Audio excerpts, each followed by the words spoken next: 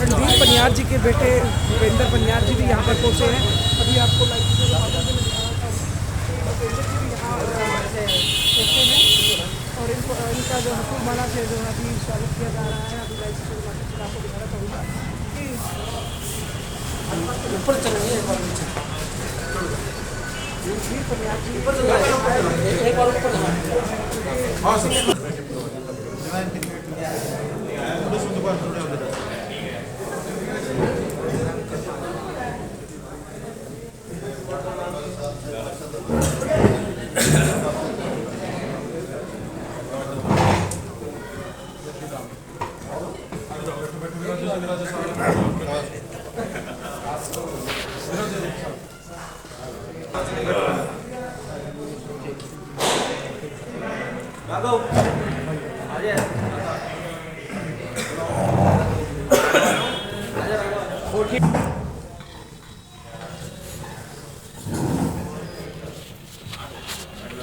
ये उठवा दो पहले।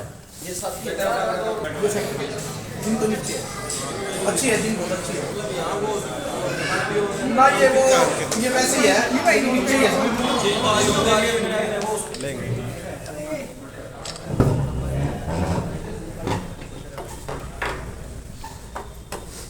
चाय तो पी लेने देते, पहले चाय ठंडी होगी।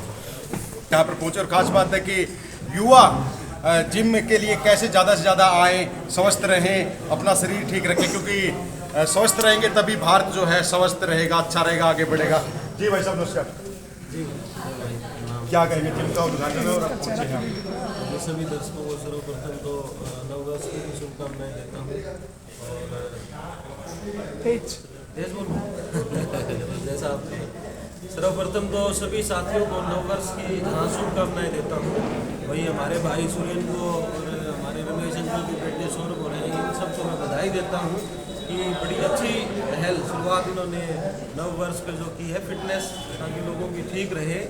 और जिम का क्रेज भी है आजकल, हम देखते हैं जो किसी भी फील्ड में है, सभी लोग अपने स्वास्थ्य के प्रति अवेयर हुए हैं, क्योंकि हमारे आदरणीय मोदी जी की जो पहल थी स्वस्थ भारत मिशन की, जो स्वास्थ्य सेवाओं के लिए भी, सफाई वाली बात के लिए भी उन्होंने इतनी जागरूकता फैलाई है।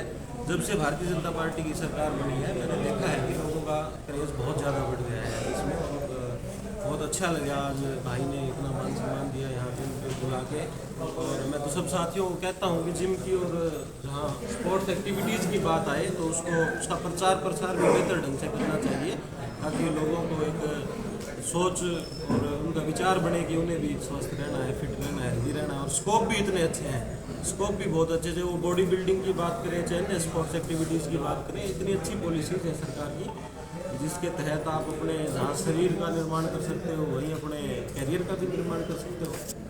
जी धीरे धीरे जो नशा है युवाओं में बढ़ रहा है, लेकिन क्या कहें, इस तरह के जो प्रयास है जिम वगैरह खोलने के, तो उससे युवा जो है नशे से दूर रहेगा और एक स्वस्थ भी रहेगा।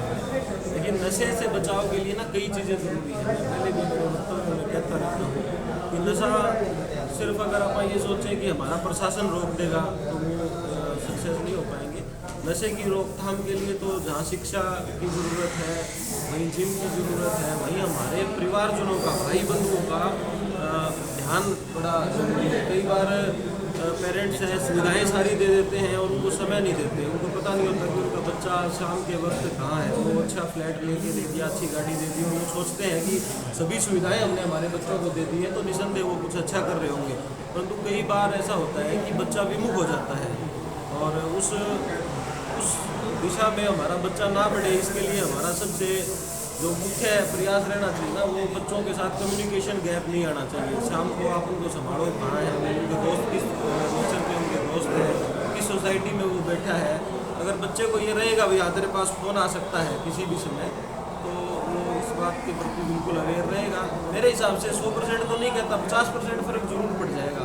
क्योंकि बचपन में और अभी पीछे 3 साल पहले दादाजी गुजर गए थे, मैं अगर लेट हो जाता था ना, दिन छिपने के बाद उनका फ़ोन आता था, वो कहते थे बेटा कहाँ है,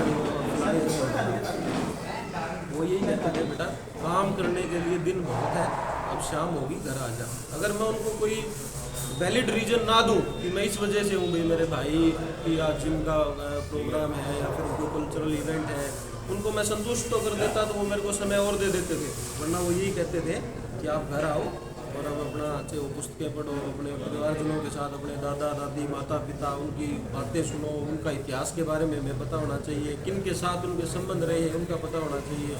बहुत से बच्चे ऐसे देखे हैं उनके माँ बाप ने इतना संघर्ष करके बहुत कुछ किया हुआ होता है, परंतु वो आगे उस चीज़ को नहीं बढ़ा पाते, उनकी विचारधारा को वो इसीलिए नहीं बढ़ा पाते क्योंकि वो आजकल की आधुनिक चकाचौंध में उनको पता ही नहीं होता कि पीछे का संघर्ष किस तरह का रहा है, उनको उन वैल्यूज़ का नहीं पता होता कि किस तरह से उन्होंने इस मुकाम पे वो पहुँचे हैं। तो उन वैल्यूज़ का तभी पता होगा, सिर्फ पैसा देने से नहीं होगा, उनको उनके संघर्ष के बारे में अवगत करवाना चाहिए। और युवाओं से भी मेरी प्रार्थना है कि आप लोग भी थोड़ा दिलचस्पी दिखाएं इस चीज़ में कि किस तरह से उनके परिवार ने, किस तरह से उनके गाँव ने, समाज ने कैसे तरक्की की है, कितनी मुश्किलों को झेल के वो यहाँ तक पहुँचे हैं। अगर उनको पता होगा उनके संघर्ष के बारे में तो वो कभी गलत दिशा में नहीं जाएंगे। बाकी हमारे भाई ने जो जिम की ओपनिंग की है तो इनसे भी इनकी क्या सोच रही है बताएंगे तो, लेकिन अच्छी शुरुआत है और शुभकामनाएं हैं आपको सब। क्या कहेंगे जो शुरुआत आपने फर्स्ट ऑफ ऑल मंत्री जी आए हैं, उनके लिए बहुत बहुत धन्यवाद उनका आने पर, और भाई साहब भी आए हैं, भाई साहब का बहुत बहुत धन्यवाद पधारने पर। और जिम की अच्छी शुरुआत तो इसी बात से होगी कि मंत्री जी अगर भाई साहब की शुरुआत तो अपनी यहीं से होगी है। और बाकी जितने भी लोग हैं जो घर में मतलब माताएं बहनें हैं घर में बैठे बैठे, उनको पता है कि थोड़ा सा शरीर में थोड़े थोड़े विकार आ जाते हैं, तो वो अपने विकार दूर करने के लिए एक्सरसाइज करो, घर पे करो, रनिंग करो, कहीं पे पार्क में जाके टहलना होगा, वो सारे एक ही वो रूटीन में आते हैं। तो उसी को मद्देनज़र रखते हुए